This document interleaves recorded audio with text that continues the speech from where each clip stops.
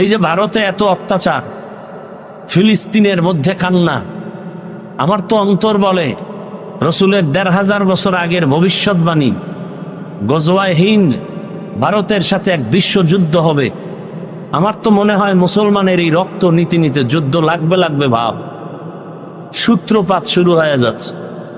পৃথিবীতে একটা সময় আসতেছে খুব নিকটে, একটা মানুষ আল্লাহ রসুল কোরআনের বিরুদ্ধে থাকবে না, একটা মানুষও থাকবে না সারা দুনিয়ায়, সব আল্লাহর গোলাম হয়ে যাবে, একটা মানুষও থাকবে না ইসলামের বাইরে। আর আপনি তো এখন মুসলমান হইয়া প্রশ্ন করেন, এত দাড়ির ওয়াজ লাগেনি, সুদের ওয়াজ লাগেনি? আমি তো কইয়া বাসায় যাবো, কোন ইমাম সাহেব জুমায় এই বয়ান করুক না, কমিটি কইব 1 মাস হুজুর বাড়িতে রেস্টে থাইকে আসেন। ওই যে শিয়ালের হাতে মুরগি, উপায় কি?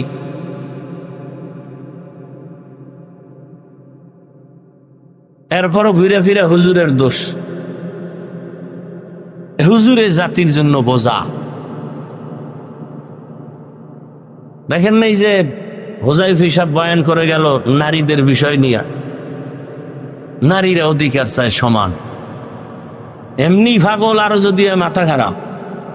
আল্লাহ নারীদের অধিকার দিছেন বেশি, এরা চায় সমান,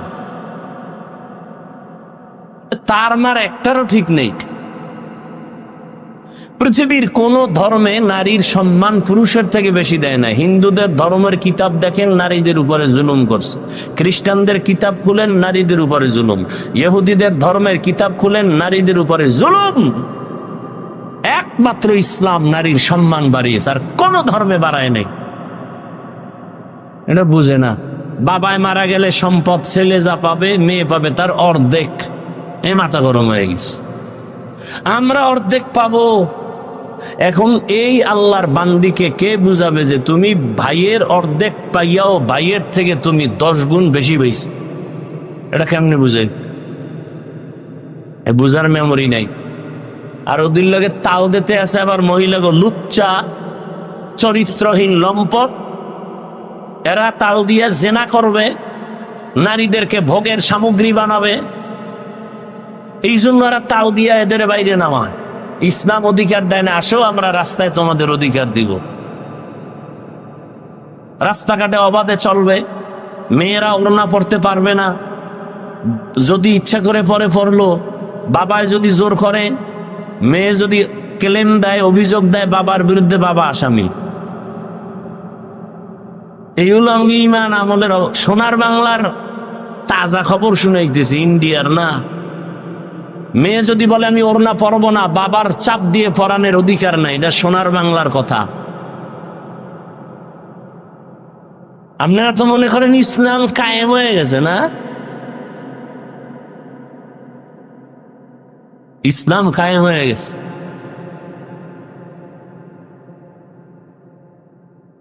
আপনারা আন্দোলন করলেন, আলেম ওলামা ছাত্র সব নাইমা। আন্দোলন স্বাধীন স্বাধীন স্বাধীন স্বাধীন হইলেও ওয়াজ মাহফিল চলবে, এখানে আবার বাধা হয় কেন? হয় না? হয় না? কিসের স্বাধীন করলেন? অফিস আদালতে ঘুষ খায় কেন?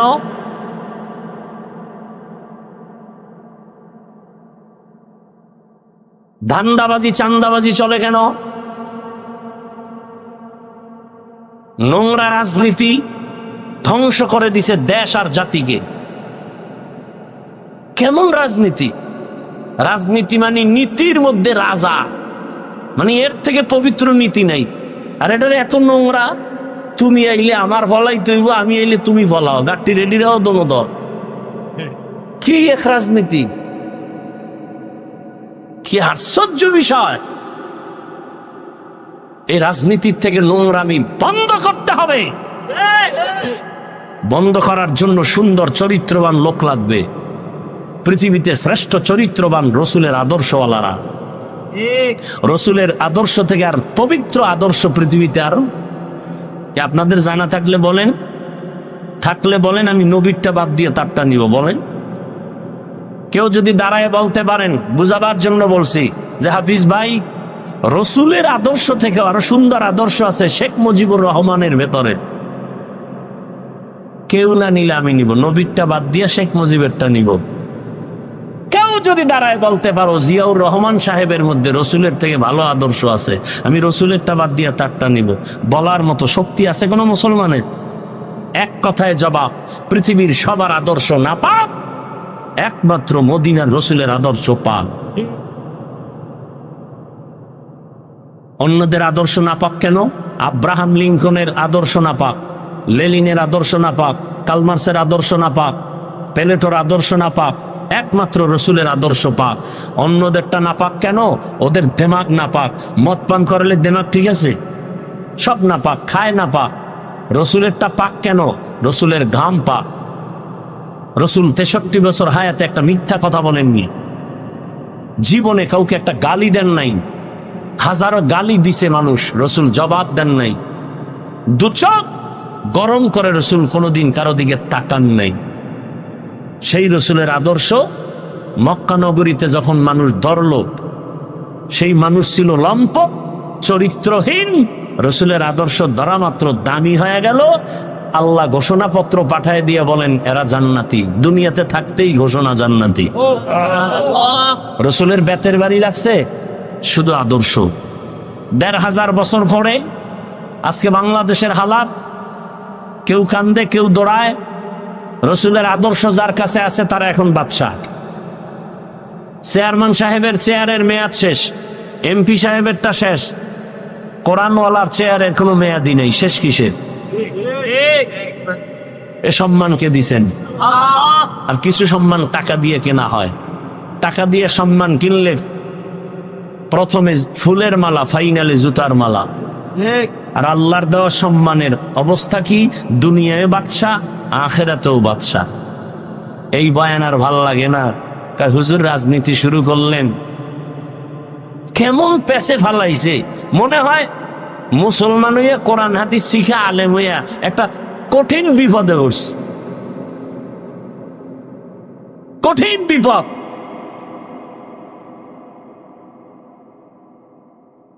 রাজনীতি করা যাবে না। আমাকে বলেন সত্য কথা বলবেন, মানেন আর না মানেন। দুনিয়ার রাষ্ট্র পুরাটা চালাইছেন, পুরা দুনিয়া সুলাইমান নবী, জানেন? ঘটনা কোরআন শরীফে আছে। মিশরের অর্থমন্ত্রী ছিলেন ইউসুফ নবী, জানেন? ঘটনা কোরআনে আছে। রসুল মদিনার রাষ্ট্র চালাইছেন, জানেন? বলেন সত্য কথা বলেন। আবু বকর রাষ্ট্র চালাইছেন, ওমরে ফারুক রাষ্ট্র চালাইছেন, ওসমান রাদিয়াল্লাহু আনহু চালাইছেন, হযরত আলী চালাইছেন।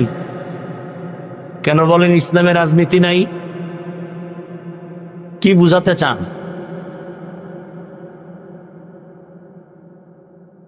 খাইলে এখনো কাম নাই। যারে শয়তানে ধরে কান থুয়ে আকাম করে। হ্যাঁ, চান্দাবাজি, ধান্দাবাজি, মানুষ মারার আইন বা রাজনীতি, এটা ইসলামে নেই। ইসলামে কি আছে জানেন? মালিক যেই প্লেটে খাবে গোলাম একই প্লেটে খাবে। ইসলামে কি আছে? কর্মচারী কাজ করবে, ঘাম ঝরার আগে বেতন দিয়ে দাও। চান্দাবাজি, ধান্দাবাজি রাজনীতিতে কি আছে? মালিক খাবে 5 টাকা দামের খেজুর দিয়ে ইফতারি, কর্মচারী খাবে পায়ে ফিসা 8 আনা দামের টা।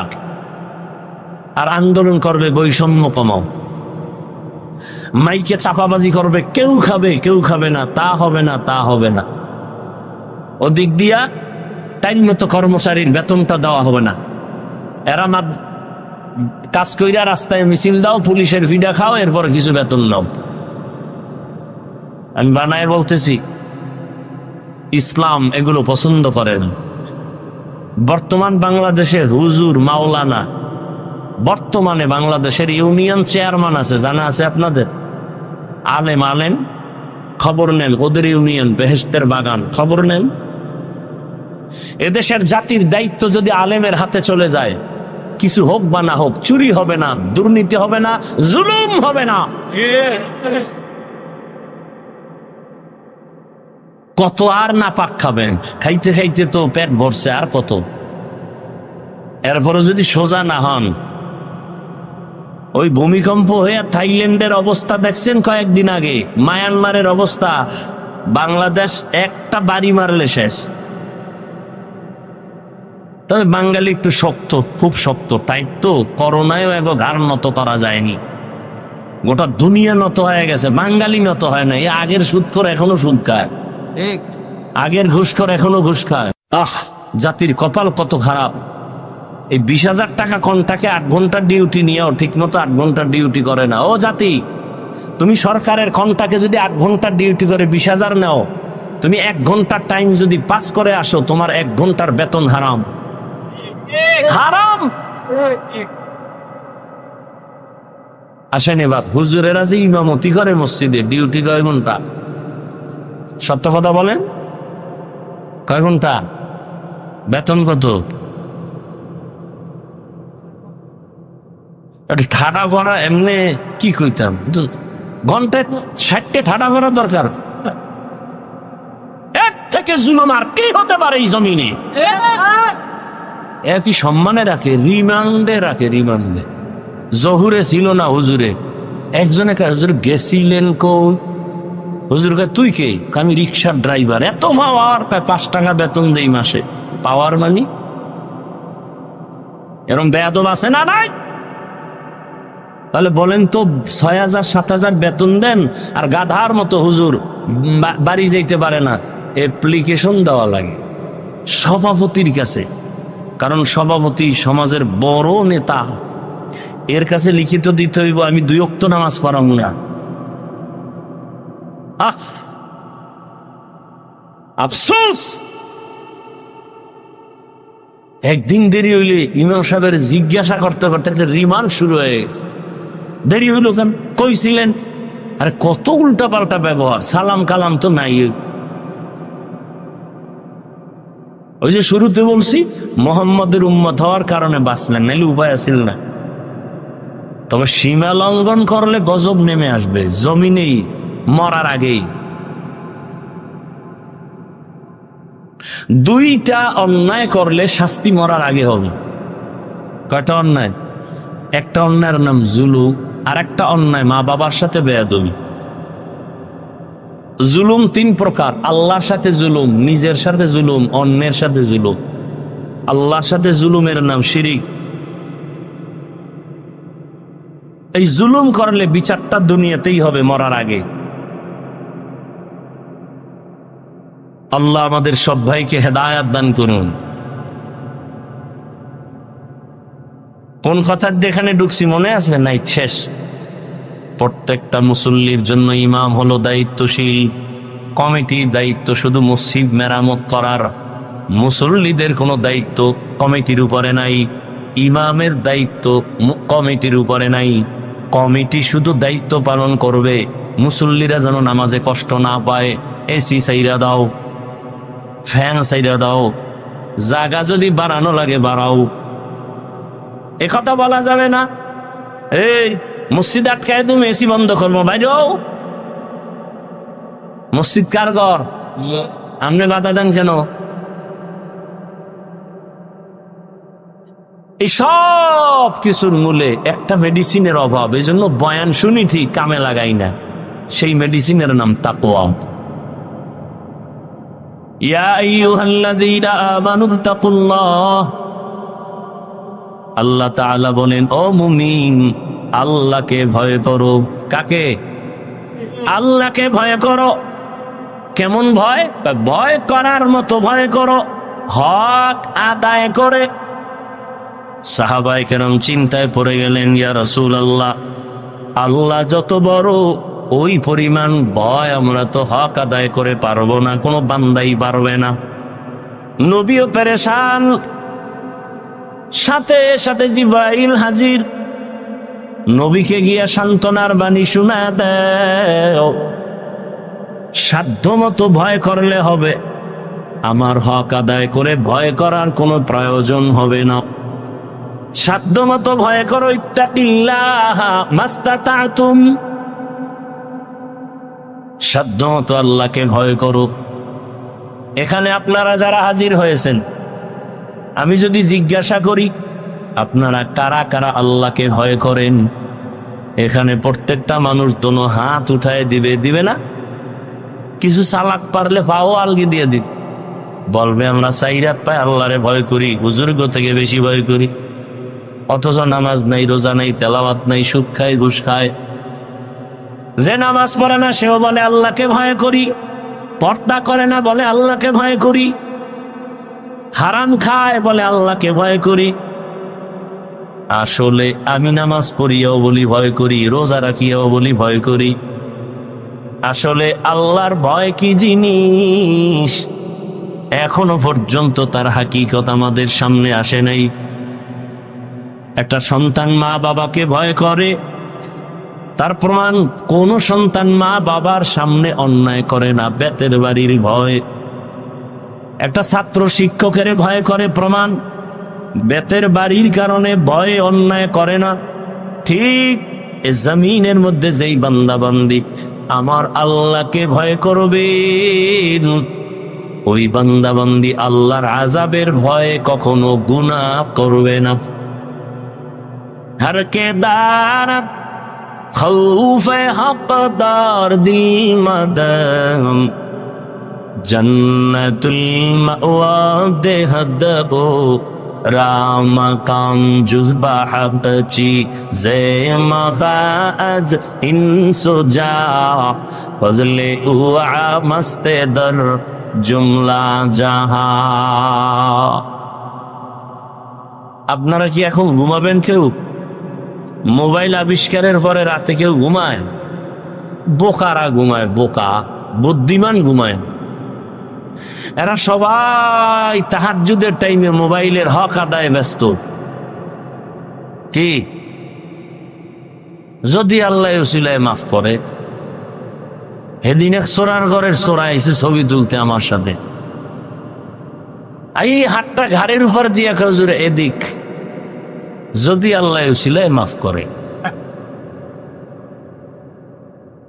আনলে কি কম আনলো জাতি ভাই যেই রোগে পাইছে, ছবি ছবি ছবি ছবি, শুধু শুধু আকাম, বিনা কারণে এমনি ছবি এমনি ছবি। কবিরা গুনাহ, কবিরা গুনাহ, কবিরা গুনাহ। বইছেন বেহেশতের বাগানে, করতেছেন কবিরা গুনাহ। সাং কপাল না হইলে এটা সম্ভব। जिंदगी में बंदगी तो करना है, जिंदगी में बंदगी तो करना है, जिंदगी में बंदगी शर्मिंदा है, जिंदगी बंदगी शर्मिंदा है।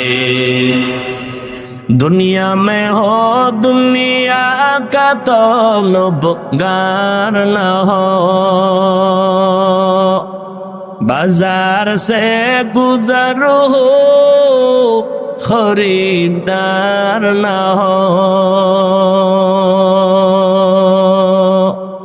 ये दुनिया एक मिसले कागज़ फूल है, ये दुनिया एक मिसले कागज़ फूल है, जिंदगी में बंदगी तू करना है, जिंदगी में बंदगी शर्मिंदा है, जिंदगी में बंदगी शर्मिंदा है, जिंदगी में बंदगी कुन बंदगी, बंदगी बे जिंदगी शर्मिंदगी। আল্লাহর ভয় যার অন্তরে থাকবে জীবন যাবে গুনাহ করবে না। আর এই ভয় বা তাকওয়া এটা জন্ম থেকে কেউ পায় না, দুনিয়াতে আসার পরে এটা অর্জন করতে হয়। কোথা থেকে তাকওয়া নিবেন? বলে তাকওয়ার গোডাউন আছে। লিকুল্লি শাইইন মাদিনুন মাদিনুত তাকওয়া কুলুবুল আরিফিন। প্রত্যেকটা ভালো জিনিস থাকার বা রাখার গোডাউন তাকওয়ার গোডাউন হলো আল্লাহর প্রিয় বান্দাদের কলব। এদের সাথে সম্পর্ক যখন হবে, নজর লাগবে তো তাকওয়ার পাওয়ার বেড়ে যাবে। আল্লাহর প্রিয় বান্দাদের চোখের পাওয়ারে বরকত। قال رسول الله صلى الله عليه وآله وسلم اتقوا فراسة المؤمن فإنه ينظر بنور الله। ও দুনিয়ার মানুষ, আল্লাহর প্রিয় বান্দাদের কলবের পাওয়ার থেকে তোমরা সাবধান। এরা অনেক কিছু দেখেন, তুমি দেখো না। চামড়ার চোখ দিয়া দেখে না, আল্লাহর দেওয়া নূরের আলো দিয়া তারা দেখেন। আর এই পাওয়ার আল্লাহ কোনো গুনাহগার বেনামাজিকে দিবেন না, তাকওয়ার উপরে যারা চেষ্টা চালায় তাদেরকে দান করবেন। ইয়া আইয়ুহাল্লাযীনা আমানু ইন তাত্তাকুল্লাহ ইয়াজআল লাকুম ফুরকানা। যারা তাকওয়ার উপরে মুজাহাদা করবে, আল্লাহ তাকে ফুরকান নামের পাওয়ার দান করবেন। মা মা'নাল ফুরকান হুয়া নূরুম মিন ইলাহি। ফুরকান মানে আল্লাহর দেওয়া একটা বিশেষ পাওয়ার, হলো নূরের একটা আলো। ওই আলো যখন পাবে, নূরের ওই আলো দিয়া আল্লাহর প্রিয় বান্দারা মা ফুররিকা বিহি বাইনাল হাক্কি ওয়াল বাতিল, হক বাতিল নির্ণয় করে হকের দিকে সে আগায় যাবে। قال رسول الله صلى الله عليه وآله وسلم لن تجتمع أمتي على الضلالة أبدا। যখন ফুরকান নামের পাওয়ার পেয়ে যাবে, সারা দুনিয়ার মানুষ যদি গোমরাহির পথে চলে যায়, ওই পাওয়ারওয়ালারা কখনোই গোমরাহির পথে যাবে না। আল্লাহ এদেরকে সাহায্য করবেন। তাকওয়া বড় দামি এক সম্পদ। ইন্না আকরামাকুম ইনদাল্লাহি আতকাকুম। আল্লাহর কাছে বড় দামি ওই বান্দা বান্দি যার কাছে আল্লাহর ভয় আছে। আল্লাহর ভয় মানে ইচ্ছা করে গুনাহ করবে না, আল্লাহর আযাবের ভয়। গুনাহ যদি হইয়াও যায়, তওবা করতেও দেরি করবে না। এই ভয়টা অর্জনের জন্য আল্লাহর বিশেষ বান্দাদের নেক নজর ছাড়া হবে না। আল্লাহর প্রিয় বান্দা, এদের সাথে সম্পর্ক লাগাও, তখন তাদের সোহবত আর নজর লাগলে কলবে তাকওয়া চলে আসবে। এখন যারা কোনো মুরব্বি মানে না, অটোমেটিক শয়তান তাদের মুরব্বি হয়ে যায়। নফস তাদেরকে উল্টা পাল্টা পথে চালায়, আর এরা ধ্বংস হয়ে যায়। এই কোরআন হাদিসের এলেম, এটা দুই লাইনে এলেম আছে। এক এলেম ইলমে শয়তানি, আর এক ইলমে রহমানি। রসুলের মাধ্যমে যে এলেম আসছে, এই এলেম বান্দাকে বিনয়ী বানায়। আর শয়তানের এলেম যার মধ্যে আসর করবে, তাকে অহংকারী বানাবে। সে বলবে আনা খায়রুম মিনহু, আমি তার চেয়ে ভালো। আর মদিনার এলেম যাদের মধ্যে থাকবে, সে বলবে আল্লাহুম্মা জাআলনি ফি আইনি সাগীরান ওয়া ফি আ'য়ুনিন নাসি কাবীরা। ও দয়ার মালিক, আমাকে তুমি আমার নজরে ছোট বানায় দাও, উম্মতের নজরে আমার মর্যাদা বাড়ায় দাও। রহমতের নবী পর্যন্ত কতটা বিনয়ী, এত পাওয়ার রহমতের নবীর। কিন্তু নবী কোনদিন ভাব আর অহংকারী দেখান না।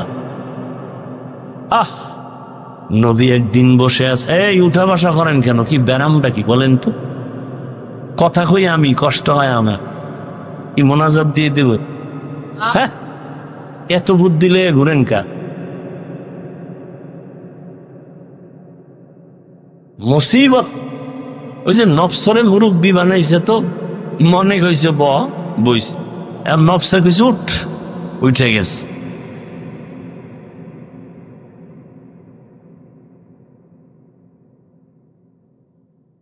হাফিজুর রহমান কেসা কাহিনী রস করবে, শুনে লাভ কি?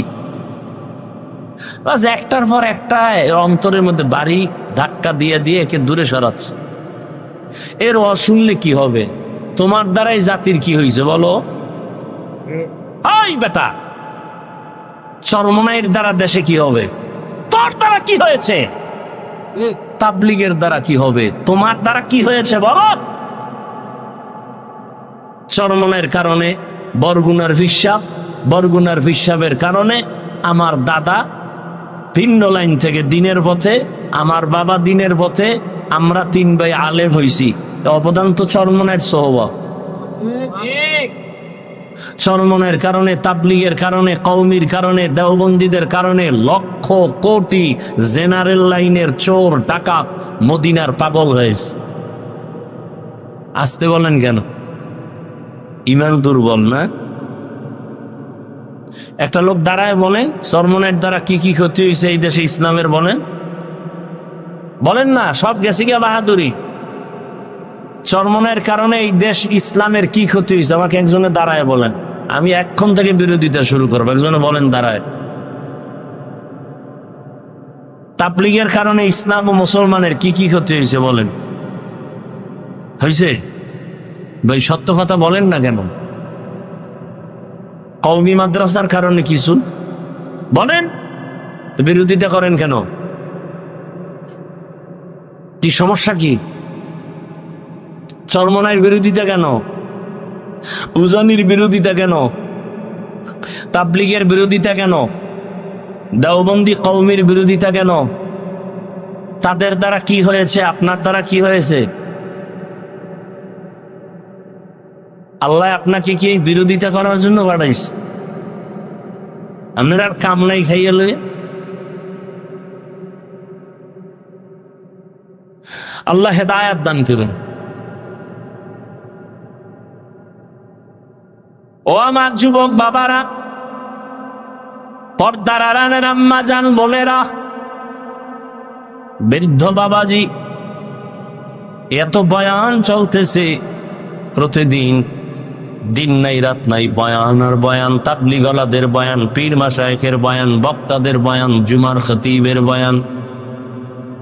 এরপরেও কেন আমলের খাতা শূন্য? এত লোক ওয়াজের প্যান্ডেলে, ফজরে কেন মসজিদে মুসল্লি নাই? এরা সব শ্রীনগর থেকে আসছে না? সব হেন গেলে ফজরে কইবে এই মানুষ।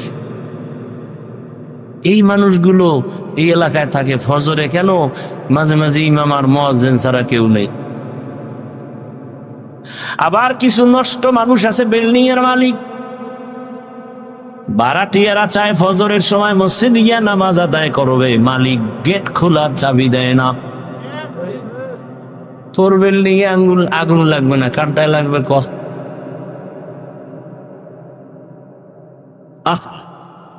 অথচ উচিত ছিল দারোয়ানকে বলা, আজানের টাইমে ডাকবি, সব তীরে ডাকবি, যে নামাজ পড়বে না ওর ভাড়াটি আমার বাসায় দরকার নাই। ওই বাসাওয়ালারা নিজের বাথরুমে ওয়াশরুমে পানি অল টাইম, ভাড়াটিয়া কেন পানিতে কষ্ট পায়? এই জুলুম চলেনি?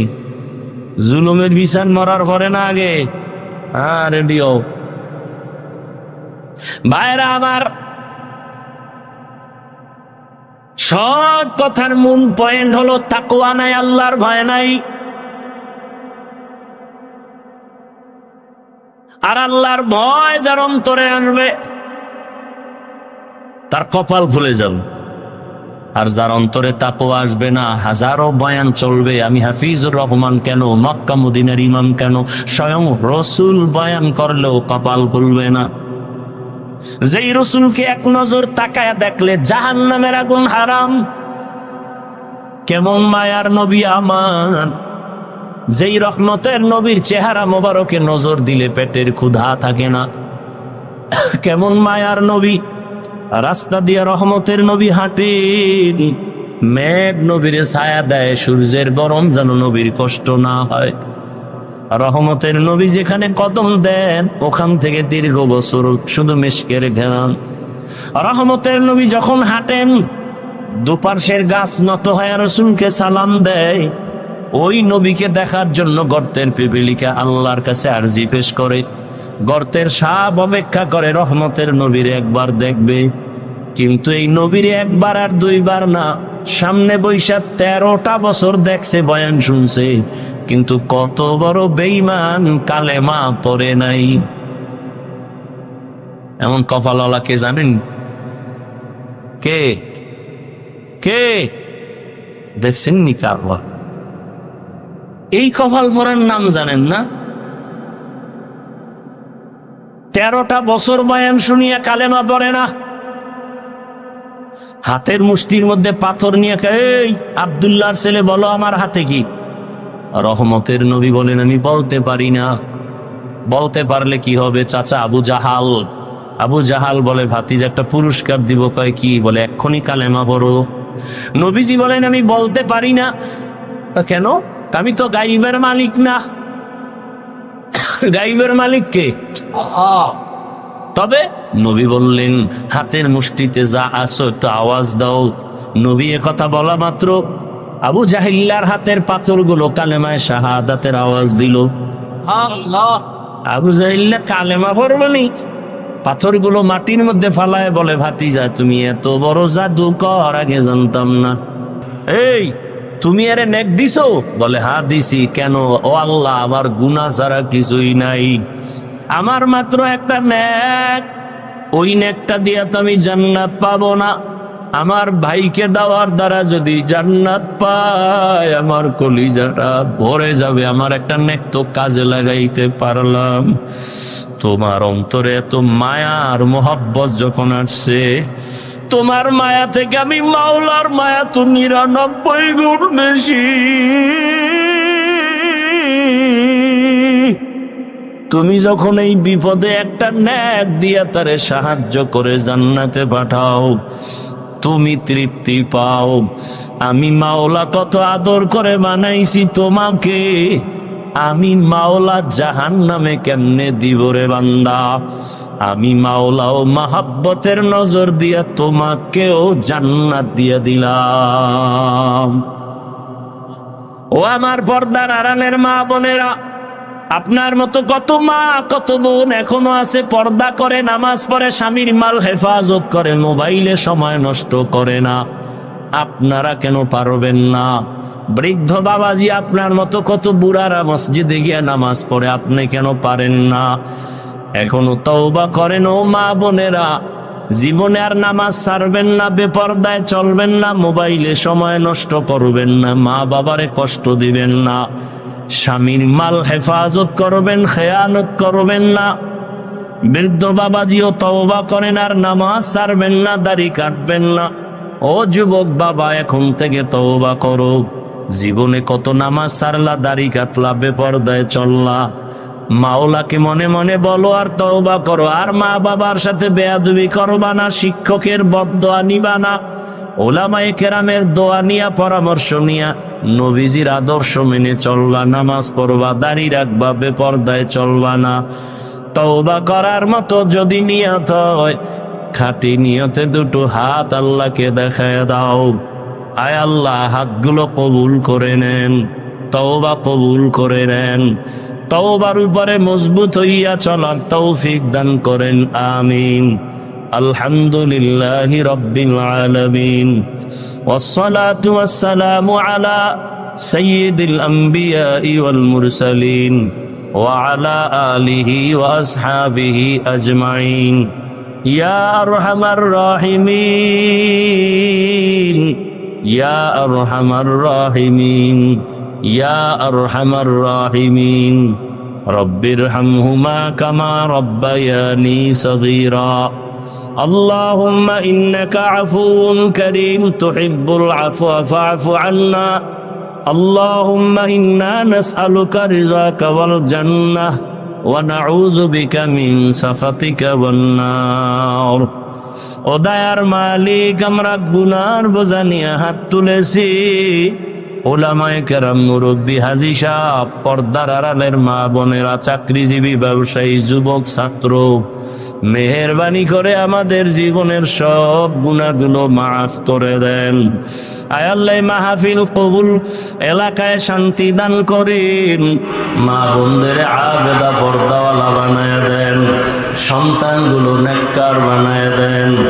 আয় আল্লাহ, যারা লেখাপড়া করে পরীক্ষার্থী কামিয়াবি দান করেন, আমার কলিজার যুবকদের দিনদার বানায় দেন, মোবাইলের গুনাহের থেকে হেফাজত করেন।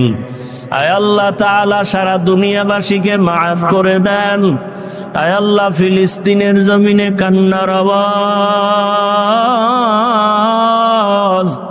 ভারতের জমিনে মুসলমানের অত্যাচার সহ্য করা যায় না। আয় আল্লাহ, কত কষ্ট তাদের জীবন যাপন করা, আপনি ছাড়া আমাদের কেউ নাই। কুদরতের রহমতের চাদর বিছায়া দেন, মুসলমানের ঈমান আমল হেফাজতের ব্যবস্থা করে দেন। জালেমদেরকে ধ্বংস করে দেন আল্লাহ, জালেমদেরকে ধ্বংস করে দেন আল্লাহ, জালেমদেরকে ধ্বংস করে দেন আল্লাহ। বাংলাদেশ শান্তির দেশ বানায় দেন। আয় আল্লাহ, দেশ ও জাতিকে জুলুম থেকে হেফাজত করেন, মাদ্রাসা মসজিদ গুলো কবুল করে নেন। আয় আল্লাহ, অন্যান্য শিক্ষা প্রতিষ্ঠান নবীর আদর্শে কবুল করে নেন, কবুল করে দেন। আদো বলা দিনই বানায় দেন, আমাদের হেফাজত করে। আয় আল্লাহ, যারা ব্যবসা করে, চাকরি করে, কামাই নিজেদের বর্বরণ করে,